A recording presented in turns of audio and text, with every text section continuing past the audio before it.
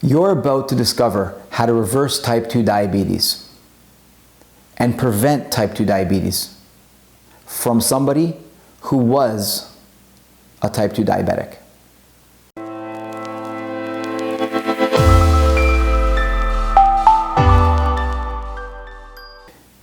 I know many of you might be wondering, how do you have diabetes, or how did you have diabetes when you've written a book on nutrition and you're not obese? Okay, well, first of all, my quick story about how I developed it, and then, like I said, everything you're about to learn is going to be about preventing type 2 diabetes and reversing it. You might need to fast forward if you already have a good understanding of diabetes, because I'm going to start right at the beginning and cover all the basics, just in case you're new to the term and new to the world of diabetes. So basically, I wrote a book called Etiology in 2011. The purpose of the book is designed to help people get to their ideal weight, control their health, everything but diabetes, and to enjoy their food and boost their energy. In the process of writing the book, I decided that if I'm going to master nutrition, I want to study it in isolation by eliminating all forms of exercise. So I stopped exercising for 4 years to write the book. And after I started speaking at various medical conferences and at companies, and people always asked about sustained weight loss, so I continued, and it was I was somewhat enjoying being lazy, to be honest with you, although I've been athletic pretty much my whole life. I continued exercise cessation. So I stopped exercising for an additional 4 years. So a total of 8 years of no exercise. That's one. Number two, in my 8th and 8.5 year approximately, I was experimenting with sugar binges, specifically with Pepsi and with just junk food that I don't normally eat. And I wanted to know its effect on hunger and on satiety. That combined with abnormal sleep patterns, because my business was going through some transformation, that combined led me to developing diabetes. Yes, I developed diabetes, and despite the fact that I was not overweight, in fact I was skinny and probably underweight, and despite the fact that I have a good understanding of nutrition. So it can happen to anybody, pretty much. But hopefully it's not going to happen to you if you're pre-diabetic or in the normal range.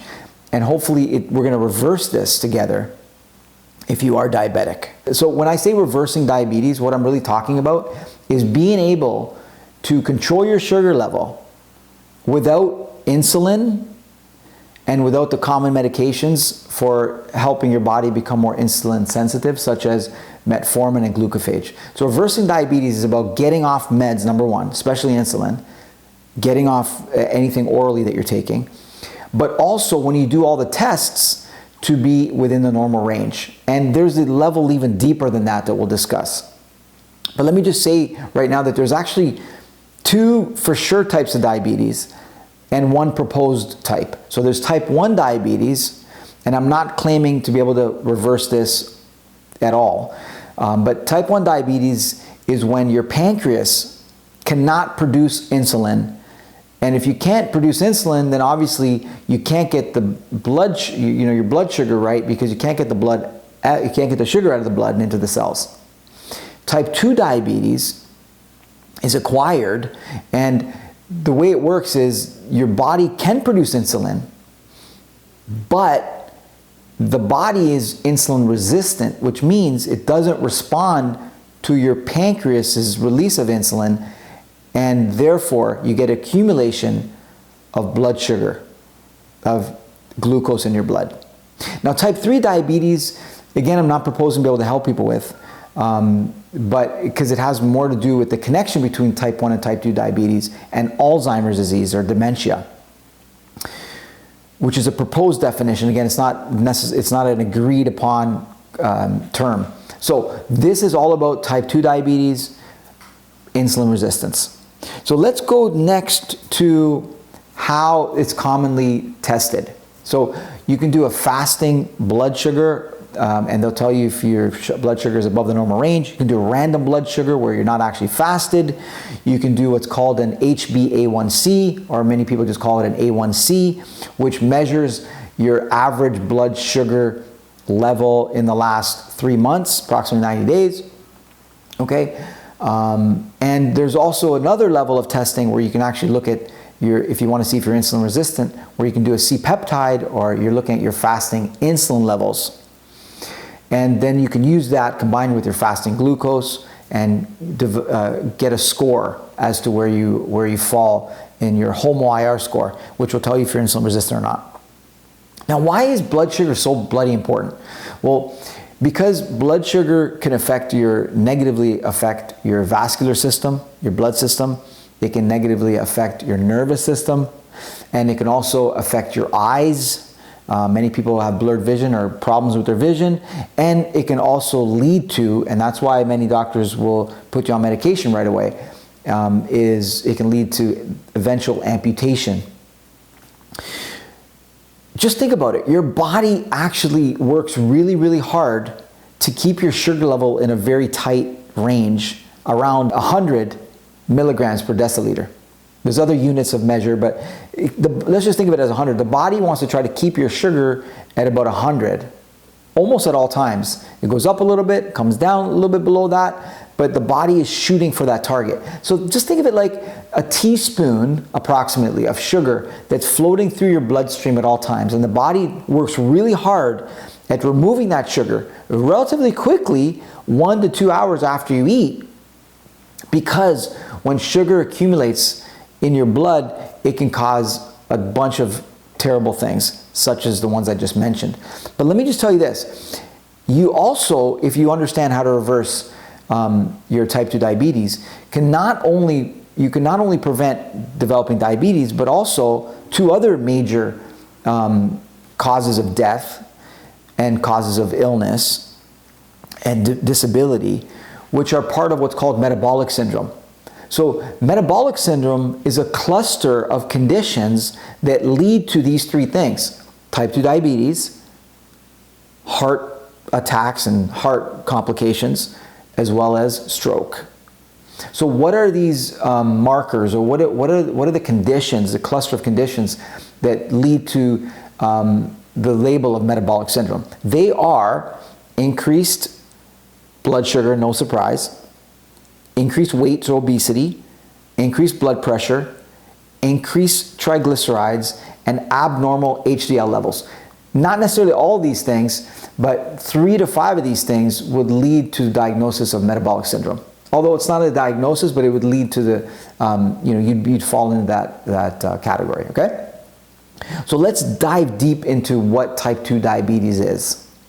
So as I mentioned before, your pancreas produces insulin. Certain cells in the pancreas produce insulin. And the role of insulin is to take the sugar, the excess sugar that's floating through the bloodstream, and remove it from the bloodstream and deposit it, knock on the cells of your body, and bring that sugar into the cells. So deposit basically sugar into cells. And what happens when you're type 2 diabetic is your body is resistant to insulin. I want to just give you a way of thinking about this. Imagine you pick up the phone and you call, let's say, Zomato, or you call Talabat here in this country, in the UAE, but maybe in your part of the world you have some sort of home delivery system, right? So you call this, this company to deliver food to your door. Instead of this driver knocking on your door, and you're responsive, you're sensitive to the knock, you're not resistant to the knock, you open the door, and then they deliver the food. Let's say the glucose, the sugar, right? So in insulin resistance, what happens is this driver knocks on your door, but you're resistant to it. Although your cells need the nourishment, want the sugar to some level, they don't open the door. So you develop insulin resistance. What would happen in this analogy is that a second driver would show up along with this first guy, and maybe a third and a fourth person, and now they're really trying to kick your door down and saying, hey, we got your order ready for you. What's really happening is your cell is resistant to insulin because, and here's where it gets a little bit maybe controversial, because your body is fed up from excess sugar, because your body is now carbohydrate resistant, it's a sign that your body is intolerant to some level. That's what I would call it, intolerant to carbohydrates. It's fed up with you feeding it, I was going to say crap, but it's fed up with you feeding it sugar in the form of processed foods and even in the form of everyday fruits and, fruits that you would consume. But the body is now no longer open to the idea, is no longer sensitive to insulin knocking on its door, because it knows if it is, then insulin is going to escort, like a driver, fast food delivery guy, sugar into the cell. That's basically what type 2 diabetes is. The only way to reverse it is to start with asking the question, how do you know if you're pre-diabetic and possibly diabetic and completely unaware of it? These are the 10 signs in adults that will indicate to you that you are potentially pre-diabetic, at risk, or even diabetic.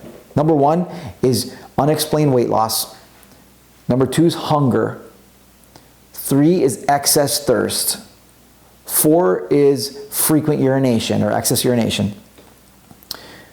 5 is numbness and tingling, usually in the hands and the feet. Visual issues, predominantly blurred vision, but it can be other things. Slowed healing, which usually goes together with an increased frequency of infections. Darkened skin, which is usually around the neck and armpit. And lastly, fatigue. So these are signs that, hey, there might be something going on. Of course, some of these symptoms and signs can be reflective of other things. But it wouldn't be a bad idea to go to the next level now if you got any of these. And even if you don't, just go see your GP, your MD,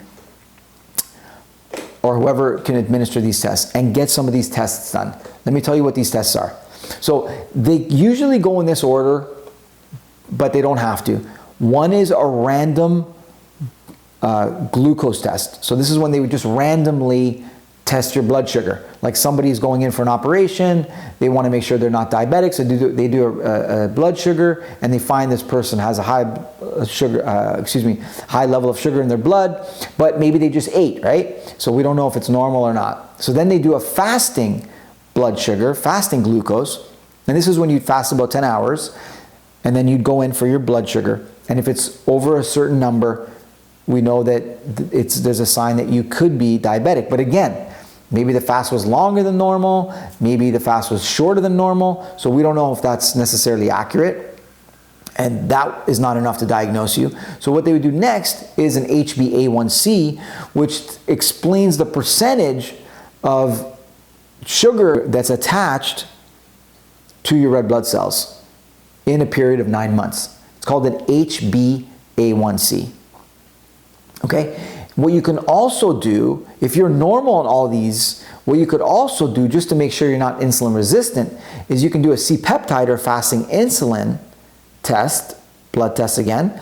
You use that number, the C-peptide number, plus the fasting glucose number, divide by a constant, and it'll tell you whether you're insulin resistant or not.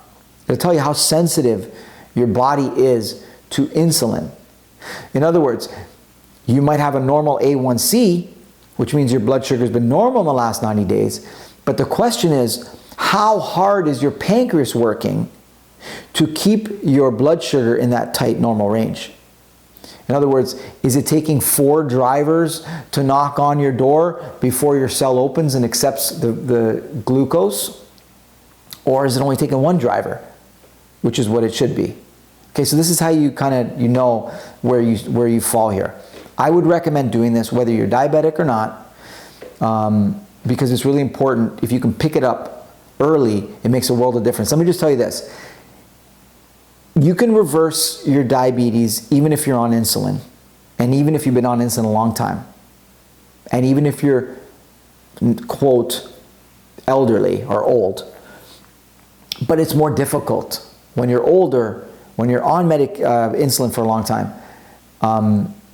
It's easier, it's a level easier when you're not on insulin and just taking medications, metformin, glucophage, or their equivalents. It's even easier to prevent becoming diabetic and being on meds, and prevent, eventually escalating to insulin. So that's where you want to focus. So that's why some of these tests can tell you way ahead of time where you are, as opposed to just saying, oh, I'm in the normal range, or I'm in the high end of the normal range, or I'm in even the high end of pre-diabetic. I'm not necessarily diabetic yet, so I can just wait until my next test. You don't want to do that, because like I said, it becomes more difficult once you're on medication and once you eventually escalate to taking insulin. There's another 3 factors, like I said, that I mentioned one that makes it even more difficult. If you're an older person, so age plays a role. Your affinity for activity plays a role, as well as your, let's use the word, level of your food addictions. So if it's really hard for you to live without chocolate, really hard for you to live without rice or pasta or breads and that sort of thing, this can make it a little more difficult. Doesn't mean it can't be done, but it makes it a little more difficult. So what I want to talk to you next are the 4 factors that need to come together in order for you to be able to reverse diabetes. One is you got to get your sleep in order, no doubt about that. Number 2, you got to get your stress in order. Number 3, you got to get your activity level in order. And number 4, last, but no way is anything is even close to the least, it is actually the most important one, and that is to get your nutrition in order. All right, so let me talk about why each one of these is really, really important. So it's clear, and if you want to know yourself, if you don't want to go through all these tests and you want to just buy a finger prick at home, okay, just test your sugar level first thing in the morning, you will likely find that when your sleep quality goes down, when you're getting less sleep or low quality sleep, that when you test in the morning, your blood sugar will actually be higher. That is why sleep is so important. If you are able to sleep well, sleep earlier, and test your blood sugar, you should find that it reduces. There's something else I just want to mention at this point called the dawn phenomenon, and that is where if you do a finger prick before you go to bed, your blood sugar stays pretty much around the same level, but as you approach waking up, your blood sugar will go up. So you'll be like, I don't understand why I went to bed at this level. I didn't eat anything, and now my sugar is even higher. That's dawn phenomenon. That's the body actually preparing you for the day. It's a cortisol, a hormonal response in preparation for you needing energy, and so it's basically the body laying out the buffet for you so you can have breakfast. So it gives you that little bit of energy so you can start your day. It happens in normal people, and it definitely will happen in the reversal of your diabetes, especially in the early periods. Your sugar level might go up when you wake up in the morning, despite the fact that you went to bed with good blood sugar, let's say under 100, okay? So that's why sleep is important, because it can impact your level, your blood sugar level in the morning. It can impact your blood sugar level throughout the day. Okay, second thing I mentioned was stress. There's no doubt about it that when your body is under stress, there's a cortisol response whereby your body will produce, through something called gluconeogenesis, the body will actually increase the level of sugar in your blood. And can you see how with metabolic syndrome it makes sense that blood sugar level can be high And in this person, they may also be obese, and they may also have high blood pressure because they're stressed. They're stressed, and therefore the sugar goes up. They're stressed and maybe eat when they're stressed and put on weight, or even if they don't, they can still have increased insulin floating through their body, which actually stores fat, which is another topic. And as well, when they're stressed out, their blood pressure can go up, so can their triglycerides, and so can they're having abnormal levels of HDL. You can see how all these things they can work together, all of them leading to an increased risk of stroke, increased risk of heart disease, increased risk of diabetes. Okay, so we got to get our sleep in check. We got to get our stress in check. And the third area that I coach people on when I'm helping them reverse diabetes is activity level and exercise. Let me just make you aware of this. So even though I wasn't overweight, right, I developed diabetes. Partly because I was inactive. I lost a lot of muscle, okay? And the muscular system, which is an organ system, basically an organ, the muscular system helps removal of sugar from your blood. Okay, it's responsible, from what I've heard, responsible for 75, 85, let's say on average 80% or so of the removal of sugar from your blood. Do you get what I'm talking about? Like, just think of your muscles as having like straws that are basically protruding into your bloodstream, and they can literally suck the sugar right out of your bloodstream faster than anything else. You can have high blood sugar and sleep. You can sleep for 6 hours, 8 hours, 10, 12. I don't care if you hibernated and you slept for maybe a day or maybe even a day or two. Your blood sugar will go down eventually, but real slow. It'll probably be going down because of mental activity. If you just lied there and just were thinking, your brain would use up the glucose. But you can drop your sugar levels very quickly with activity. That's because, like I said, your muscles have this access to your bloodstream and can therefore just take the sugar right out. What's interesting is that muscles require insulin to remove sugar from your blood only when you're inactive. When you're active, it's less dependent on that. It's not dependent on insulin, maybe partly, I'm not sure. But I know for a fact that it doesn't depend on insulin when it's active as much as when it's inactive, and maybe even not at all. If anyone knows the correct answer for that, please let me know. I can't remember what I read, and I don't want to misrepresent it. So that's the third thing. You got to get your sleep in order, you got to get your stress in check, and you got to get your exercise working for you so your muscles can start reducing your blood sugar levels and keep them relatively low as you go about your day. All right? The last one, as I mentioned, by far is the most important, because this is where you have the most control, right? Like, just think about it. If you just work on what you put into your body, you don't have to worry about the muscles processing it and the muscles reducing the sugar. So the biggest control you have is working on your diet. And as you would imagine, if insulin resistance, type 2 diabetes, is carbohydrate intolerance, what do you think you should do with your diet? See, here's where I have an issue with what many people do, is they are pre-diabetics, they are diabetics on medication, and guess what they do? They continue to eat exactly the same way.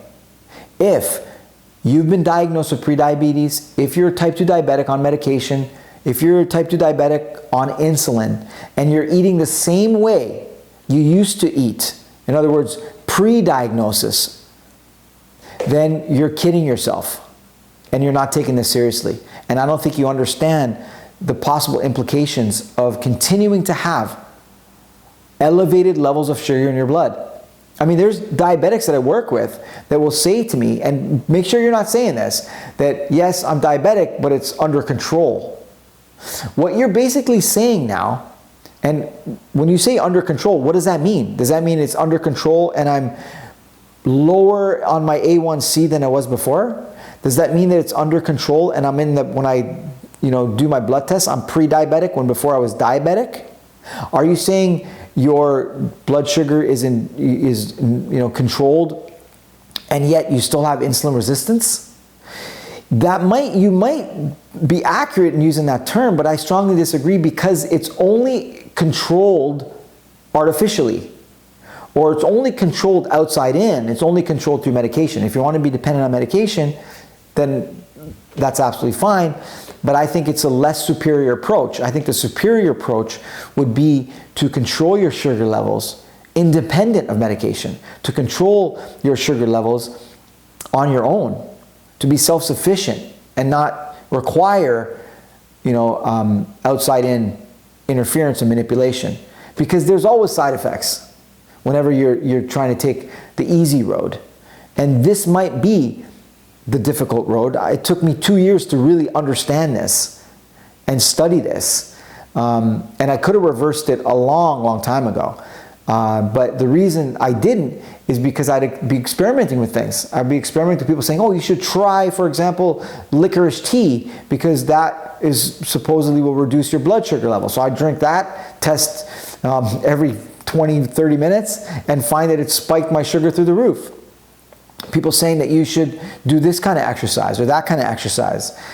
Eat this, don't eat that, drink this, don't drink that. And I constantly monitor my sugar level at the expense of me, having elevated levels on my 90-day average. Let's go into each one of these, starting with sleep. So the first way to get your sleep in order, which seems counterintuitive for most people, is to increase not your mastery of what you do before you go to bed, but increase your mastery when it comes to what you do when you wake up in the morning. And that is, get up as early as you can to sunrise, go outside, not wearing sunglasses, and get some sun exposure. You don't have to look directly into the sun. You can actually be standing in the shade, but be looking into the light. And that'll help tell your brain what time it is and start the whole cascade of events that lead to hormonal regulation and ultimately lead to you sleeping better. Get some sun exposure during the day as well, so that it just tells the mind, and it can calibrate a little bit what time it is and when it should start getting your hormones and your internal processes ready for bed. Okay? There's other things that are triggered in the dark, which also lead to better sleep, because they also impact serotonin levels as well, and melatonin levels as well. Okay, so number one is getting your sleep in order. That's the first thing. What I would also recommend is that you watch my video that I uploaded recently on the 10 things you can do to get better sleep. I just gave you number one. There's 9 other things you can do to help you once you're getting ready for bed. Once it's dark, pretty much, what you can do to sleep better. And the last thing on the topic of light is just reduce your overhead light, especially after 10 p.m. That should help you sleep better. But you got to sleep early, guys. And the best way to sleep early is to get up in the morning, be active, do something when it comes to exercise, break a sweat, okay? Think, approach your problems, challenge yourself mentally, challenge yourself physically, so you've earned the right to sleep at night. So you're actually tired when darkness kicks in. Okay, so you got to sleep better. It's so important. I'm starting with the least complicated ones. I'll go to the next one.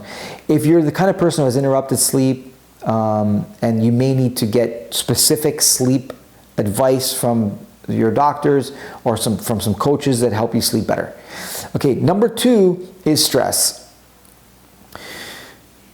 Stress is, it's a massive thing. If you want to reduce your stress level, the very basic thing you can do is watch my video on diaphragmatic breathing from the diaphragm, because when you get stressed out, you're going to breathe more into your chest. You're going to stimulate the sympathetic response. You're going to increase cortisol release. You're going to ultimately increase blood sugar. So the first thing I would recommend is get your breathing in order. Now that doesn't directly attack stress, right? Because you got to meet stress at the level. So at the level where it lives, and it lives in the mind. So to approach it from breathing might be great for temporary sugar reduction, temporary stress reduction. But to get at the root of it, what you got to do is approach it at the level of the mind. So you got to prepare your mind, better equip your mind with dealing with stress. And the more stress you can tolerate, the better likely you'll have on dealing with specific stress events. So another recommendation I'd make is to, in the morning, not at night because that will disturb sleep, but in the morning to wake up and at some point, let's say before 12 noon, get cold exposure. Whether that's you want to start with splashing your face with cold water, putting an ice pack on your neck or forehead or face, washing your head in cold water, eventually getting to a cold shower where you, just at the last few seconds of the shower, you make it cold. A pretty cold shower. Like I'm talking Canada during the winter months. A pretty cold shower, really cold shower. And to be able to do so without watching your breath go into your chest, always going to go into your lungs, but you don't want your breath to go into your chest and into your neck. So if you can eliminate this kind of natural reflex when you're exposed to cold, you know that you've now conquered the cold exposure. Okay, and of course there's always the next level, Wim Hof kind of Iceman next level stuff, right? What you also want to be able to do is just be able to have the mental durability, mental toughness, but really mental stamina. And that is because when we get to the eating part and being able to fast, you got to be able to go long periods of time, particularly without eating or even snacking. And so preparing for yourself, anything that prepares you mentally for that, you want to engage in. That can be, for example, challenging mental projects. Anything that's challenging you mentally is going to also prepare you for being able to deal with the mental challenges of work in the next part, which is, or the coming part, which is going to be diet. Also, you want to do what I like to call elbow to brain massage. Doesn't mean you want to massage your brain with your elbow or have anyone else do it, but what you want to be able to do is to increase your ability to deal with stress. You want to be able to increase your pain tolerance, and you can do that by having stronger and stronger massages, particularly elbows that really get to your brain. That's why I call it the elbow to brain massage. The last thing I want you to do, which is probably the most important, is to be able to, and we're going to go into more detail here in the future videos when I talk about stress and attitude, is to be able to handle stress in the best way I know, and that is to face it head on. Not with stress coping mechanisms, not with when you're stressed you go for a walk, or when you're stressed you meditate, or when you're stressed you eat, but when you're stressed you face the stressor with your mind. In other words, by changing perception. So part of it's going to be changing your actions to be able to process stress better, by exercising and doing those sorts of things, but also being able to have this skill set to be able to change the way you feel, change your state, not by changing anything in the outside environment, not by doing anything with your body, but being able to do it with your mind. And we're going to get into that in future videos. So next is exercise. So we covered sleep, we covered stress, now we're going to talk exercise. Now there's two main parts here with exercise. The first part is to be able to increase your muscle mass, or what we call muscle hypertrophy, to grow your muscles. Because as I said, muscles are responsible for the majority of the glucose that's removed, or glucose removal from your blood. So you want to be able to increase muscle hypertrophy. I would start with one, body weight exercises, okay? If you're able to do them, start with isometric things like a plank, a front plank on your knees, and eventually a front plank on your hands and feet, okay? You want to be able to do a push-up plus and rep that out, where you do a push-up and then you extend at the top of the push-up. You can look that up, push-up plus. And then eventually you want to get to the point where you can do push-ups and other body weight exercises that you can do at home. And then you want to get to progressive overload through either bands, You know, you can use the TheraBands and this kind of resistance bands, and then you want to be able to do weights, get to the gym and do weights, just using the machines. And then the next level would be able to do kind of like things that involve, you know, deadlifts and squats and things that involve you moving weight with your body and no machine support. So that way you're engaging your stabilizers and stabilization muscles, okay? And so that's the first category of exercise, if you will, which is muscle building, muscle growth, muscle hypertrophy. The second, so you want to find where you are in different levels that I mentioned, but you also then want to start to build your muscular and cardiovascular endurance. And that's a whole other game. But just to make it simple for now, because I will go into detail on exercise, you want to find the go-to cardio activity that you like. Is it walking? Is it rowing? Is it swimming? Is it biking? Is it elliptical machine? On and on. But you want to find your go-to, because this will be very important when I talk to you about protocol in the end, about how to drain the sugar from your bloodstream so that you're, like I said, independently healthy without the need for medication to reduce blood sugar. The last thing I want to just share is that you want to find an exercise that's sustainable. Make sure that it's sustainable, something you can do for a long time. So there's got to be a level of enjoyment to it. Even if you hate exercise, then you got to find something that you enjoy or hate the least. And the last thing I want to mention is what you want to be able to figure out, which took me a while to, and won't take you much time if you follow what I'm sharing here. That is, what is the activity you can do in the shortest amount of time that can reduce your blood sugar by the greatest degree. So after a meal, if you're up, you know, let's just throw a number out there, you're up like 160, then you can do this exercise and you can bring it right down to sub 100. Okay? I found that what you got to figure out is if you want to make sure that whatever exercise you do, initially, okay, that's why I started with body weight exercises, isometric exercises, because they'll activate your muscles and they won't raise your blood sugar. Because when you're doing weight training and resistance training, just so you're not surprised, you will have an increase in your blood sugar, especially when you're pushing yourself. If you were to do, for example, CrossFit or some sort of high intensity interval training, you're going to go to the gym at 85, 90 when you do your finger prick, and you leave the gym possibly 130 to 160, depending on how high you went, how long you exercised.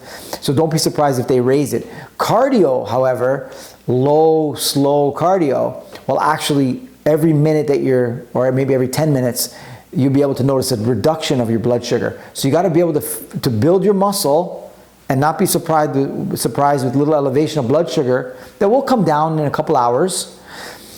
And at the same time, you got to find out what is that cardio that I can do that's literally just like sticking a straw in your blood sugar and just sucking all the sugar right out. Okay, let's talk about now what you can do from a nutritional perspective. Now, I just want to mention this, okay? Everything I said so far, we're really not a lot of risk of reducing blood sugar to what we call hypoglycemic levels. Now, your doctor, rightfully so, will be concerned when you're trying certain things that will reduce blood sugar tremendously, especially if, or really only if, you're on medication, okay? Insulin, or you're on some sort of oral medication such as like glucophage or metformin. So if you're pre-diabetic, you don't have to worry about that, right? You can drop your blood sugar like crazy. Just so you know, when your blood sugar drops and drops and drops in normal human beings, what's going to happen is before your body starts, let's say you're fasting and you haven't had food in a while, and as your blood sugar starts to reduce, your body's not going to start tapping into muscles and start eating up its muscles, because what happens before the body does something that's so counterproductive is it's going to stimulate hunger.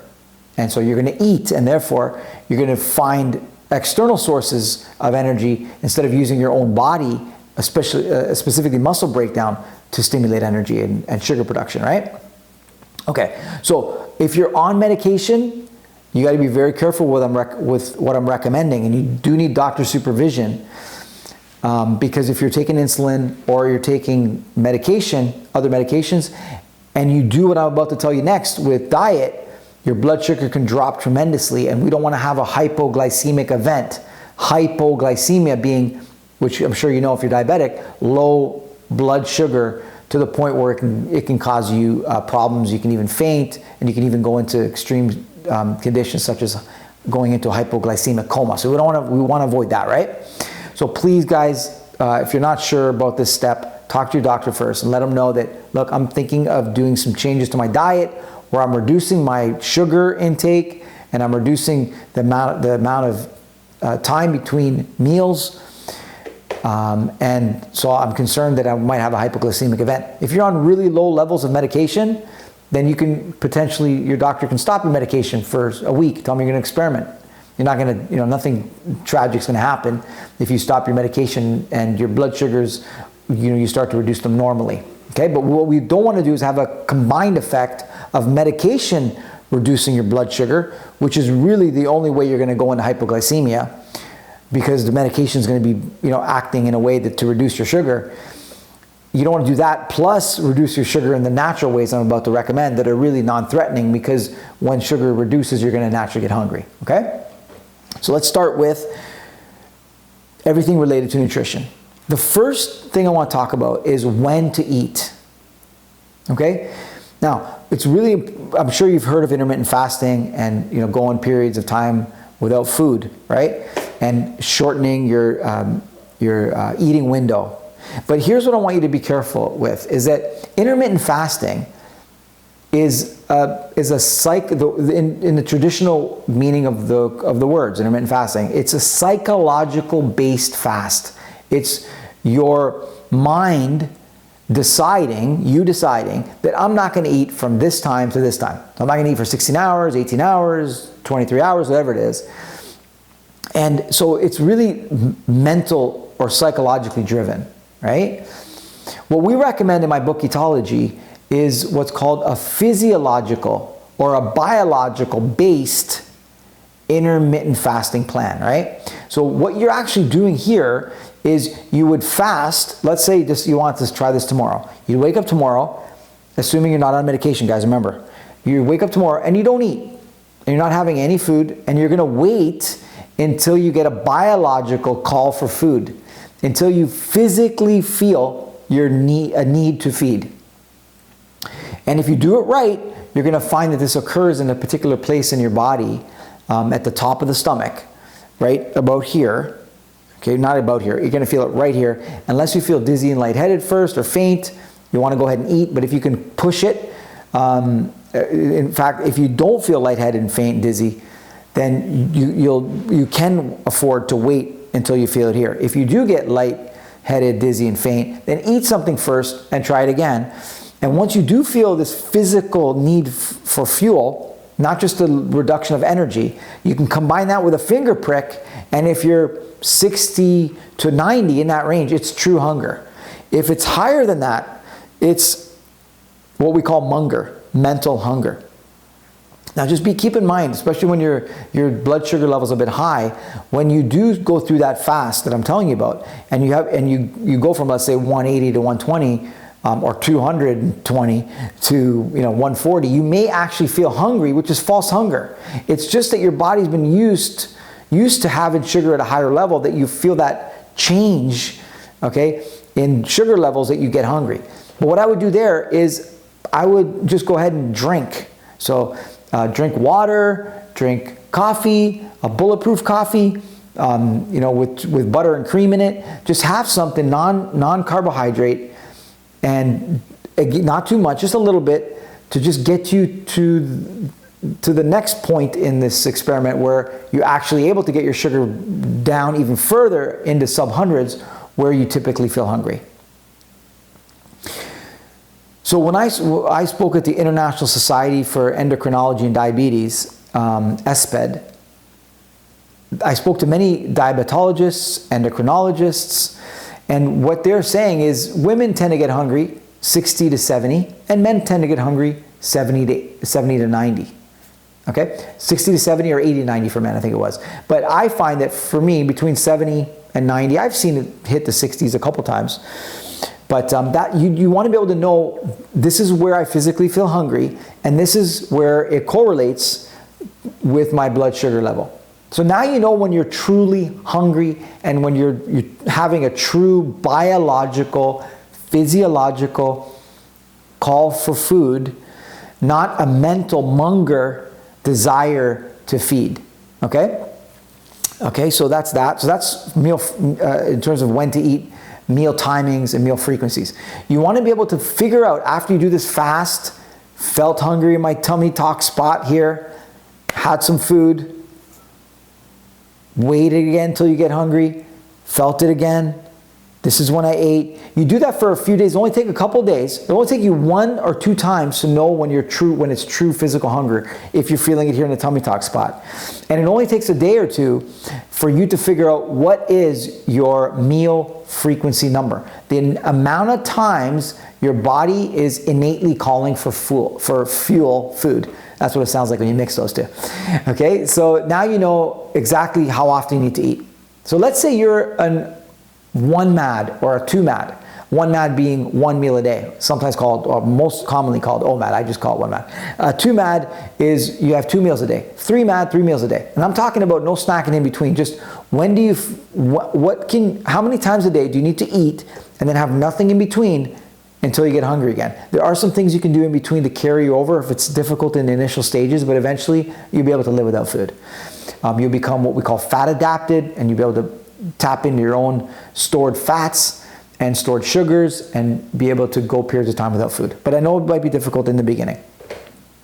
Let's shift to what to eat. So if you're diabetic, pre-diabetic, or even below the pre-diabetic cutoff, and you're in what's called the at-risk stage, if you will, considering this is a progressively worsening disease, which I don't necessarily think it is, because it's not only not necessarily progressively worsening, you can actually stop and reverse it.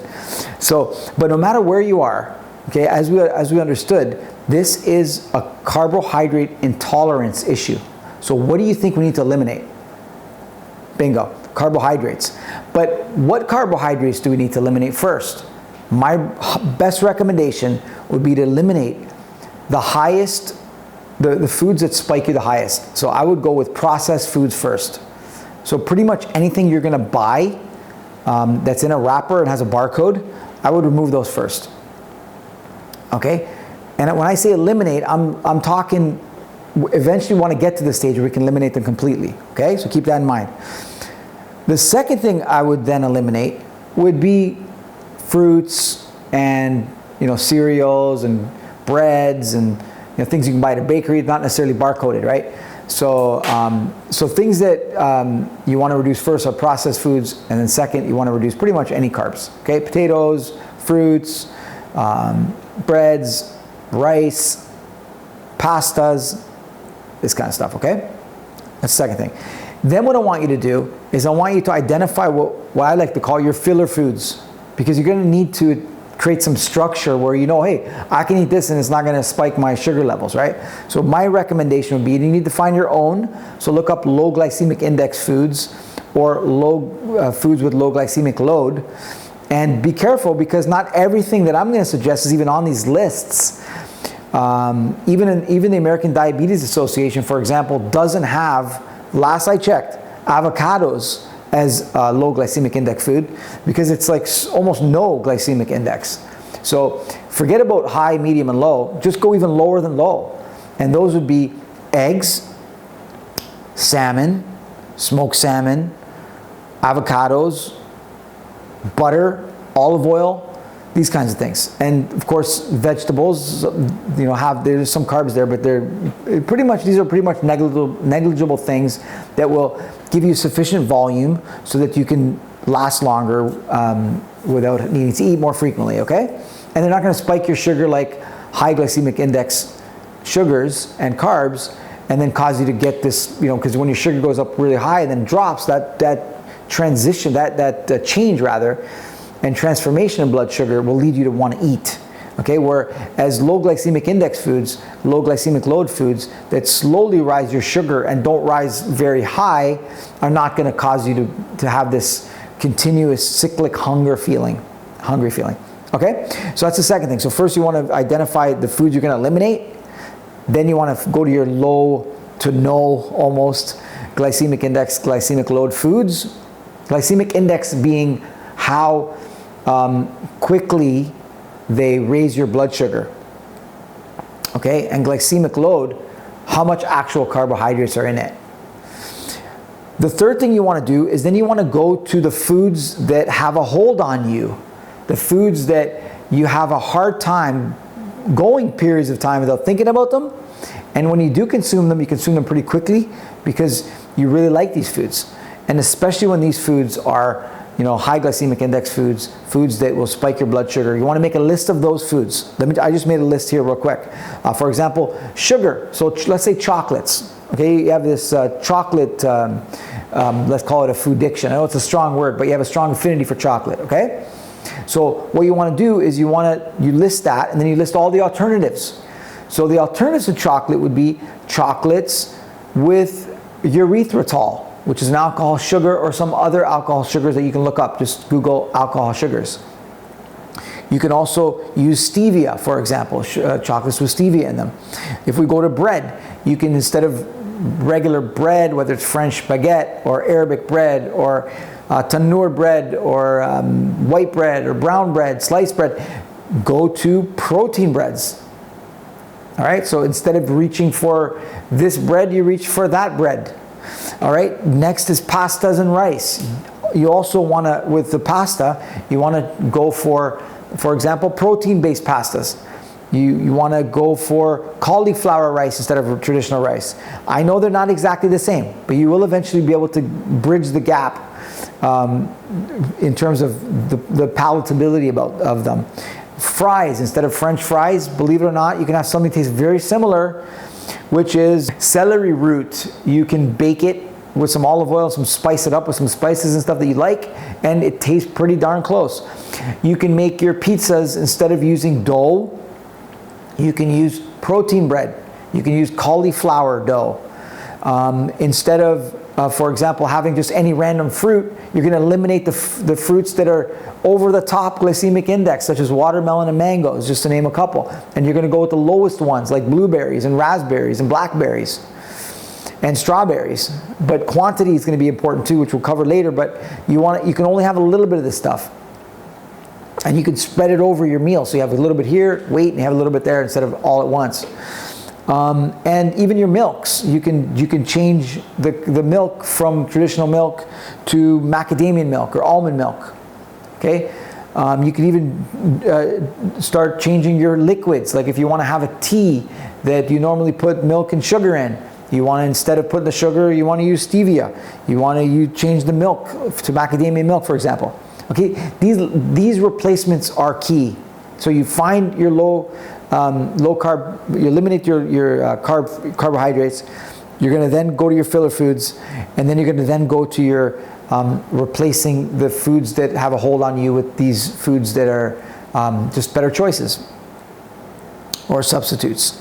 Okay, that's it. You want to make sure you finger prick before and after you eat, 1 hour after you eat, and then 2 hours after you eat.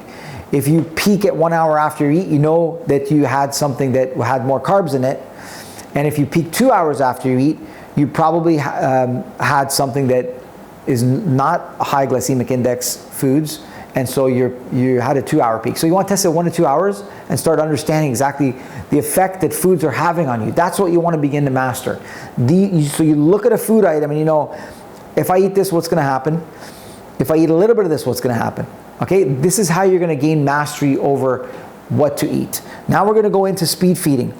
You want to make sure that you're not eating quickly, because if you eat quickly, you're going to tend to overshoot or overeat, which again, quantity plays a role.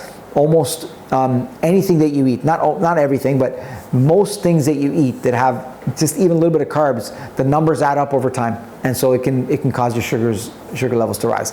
Don't be afraid of making mistakes at the beginning. Your sugar is going to go up, past certain numbers that you're happy with. It would be fantastic if you could wake up at 80, eat, and after you eat, it goes up to 120. And then, you know, you wait a little while, it comes back down to 80. You get hungry, you eat, it goes up to 120. You're staying like 80 to 120, which means you're averaging 100. You're in a, that's the perfect place to be. Okay, but at the beginning, you're gonna shoot over 120, and that's okay. And you might not be able to go down to 80 because you may feel the munger kicking. You gotta have something. So just be patient with yourself. It's a process. The fourth thing I want to talk to you about when it comes to food is quantity of food. So like I said before, is that if you end up overeating, you're going to then overshoot, right? And your sugar levels are going to go beyond the threshold that you're looking for. But just keep this in mind, that it's okay to eat a little bit more than normal if you know you're going to have to last a certain amount of time without food, and if you're not going to snack in between. You can just beef up that meal a little bit because it's going to give you more time for your sugar levels to start to drain and come down to acceptable levels, and then to hit the tummy tuck hunger spot again before you eat, okay? The fifth thing when it comes to food is what I call eating under the influence. And I'm not talking about alcohol here, although I do suggest when we talk about reducing carbs, you want to eliminate alcohol altogether, okay? Because you want your liver working for you right now, not working against you. The occasional random drink is maybe okay, but I would recommend, if you can, just eliminate it altogether. Eating under the influence of people is basically referring to not, you know, losing your purpose and not getting off track because of the influence of people in your lives, okay? They may say, just pop a pill, or start tomorrow, and that kind of stuff, reset tomorrow. Just stick to your guns, okay? There's nothing that's more important than this right now for you. The last thing I want to mention is that that I didn't talk about already. 3 drinks that you can have to help you get through these tough periods, okay? Where you really feel like you're attached to food and you want to have something. The first is coffee. So if you want to go for coffee, that's fantastic. Okay, preferably in the day so it doesn't disrupt your sleep. So have it, you know, a couple hours after waking up. If you want to thicken it up because you know you're not going to be eating for a while, then you can add a few things to it. Number 1 would be butter, like a spoon of butter. You can add a spoon of cream. If you want to give it a little sweetness, you can add a little bit of cinnamon, for example. And you can play with some other herbs and other kinds of things. The alternative to coffee, if you feel like you want something hot, is some tea, right? So make sure you don't have caffeinated tea later, but you can have tea, green tea.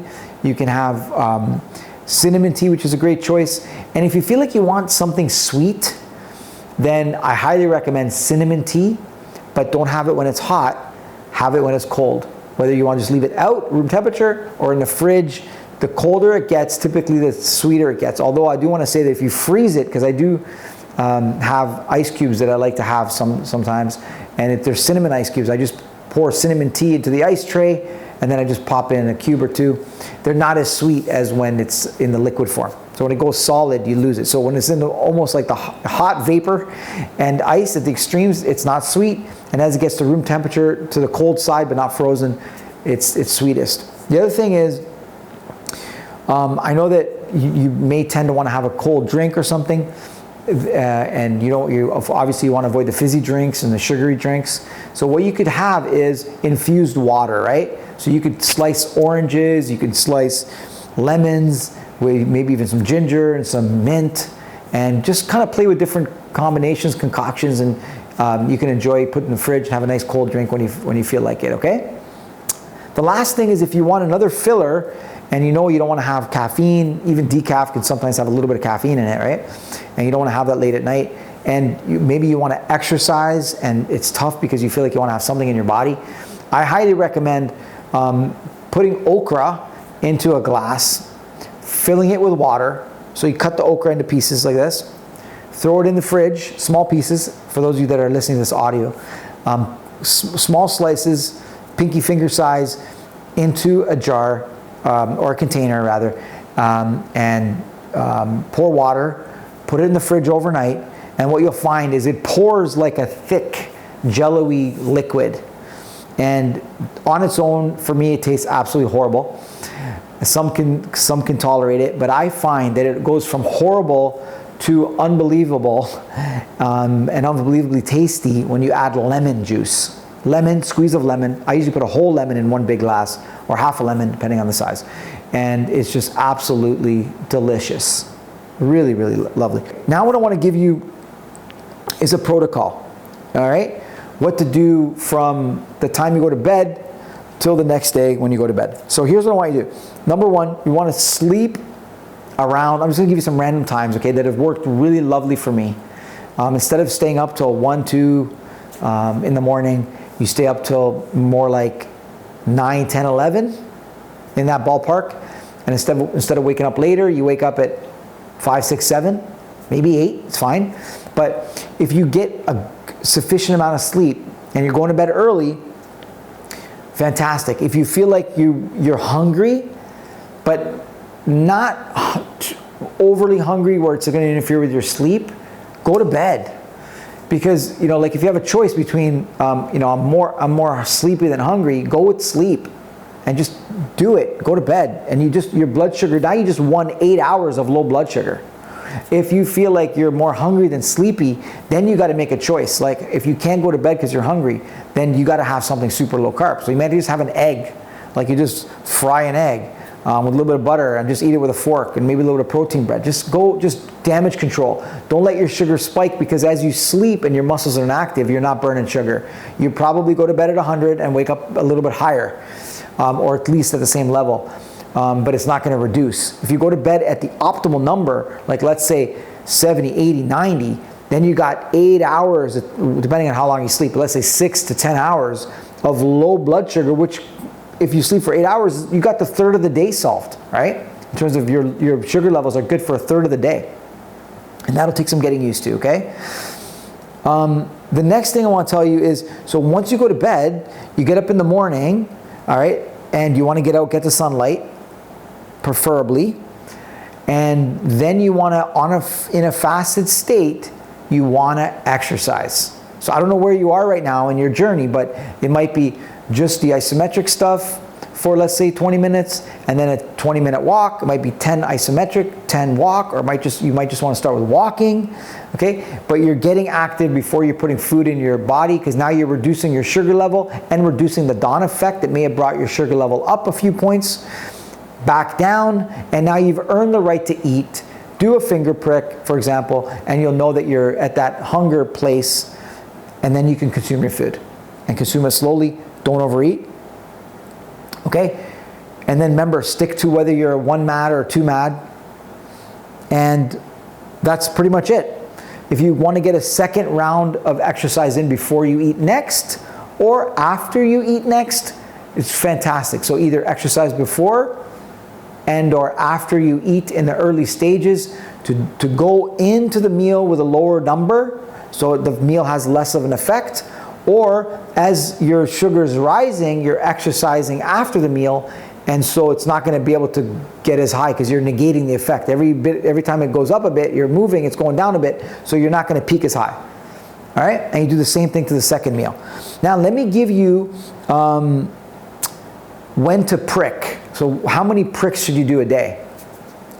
And I know you're going to hate me, and I'm going to sound like a prick in your a thorn in your side here, but I find that the more data, the better. Okay? So you want to understand what sleep is having on you, the effect foods are having on you, the effect of exercise having on you. So you may want to prick before you go to bed, when you wake up, before you exercise, after you exercise, before you eat, after you eat. Am I really hungry? You may need to do a prick there. So you can see they can add up a little bit. Let me just tell you about pricking as well, is you want to be able to, I'll just show you here real quick. When you're doing your finger prick, you don't need to, it shouldn't hurt every time, okay? So the way I found to reduce the pain is you cock it, and mine's set at level 2, okay? So when you're pricking yourself, keep it at a low enough level where you can't really feel it. And then as you're pressing the fire button, you basically are pushing your finger in as well. So it's like just kind of biting the bullet, so to speak, instead of just keeping this hand passive and expecting a shot right in the mouth kind of thing, right? So I just find it just helps if you kind of do a counterforce where you're pushing in like that. It's just over quicker, boom, you bite the bullet, it's done. All right? In terms of what device to get, I'm using this one here called a Contour Next. There's various types. I'll put a link, but if you want to just put FDA approved glucose monitoring devices, you'll find there's a whole list of them, and they vary in terms of accuracy. I have used several, and I find they're almost the same. I've even used like 2 at the same time, just to see if they're, how accurate they are. I find that if I wait till I'm hungry, I can almost predict the number, and it will be sub 90 for sure, sub 80 the majority of the time. So it's like I almost can't lie to myself when I'm at the hunger, when I'm in the level of hunger. But it's tough and it's confusing to know how high it's going to go after a meal, and when I'm hungry, mentally hungry. Okay. The other thing is, if you're somebody who values their fingerprints, and especially if you need them in the, whether you need it for some sort of like national ID like we do here in this country, you can kill your fingerprints real quick. So alternate between fingers, number one. Number two, try to use the sides of your fingers here. Okay, it might be a little more sensitive for some people. For me, it doesn't really make a difference.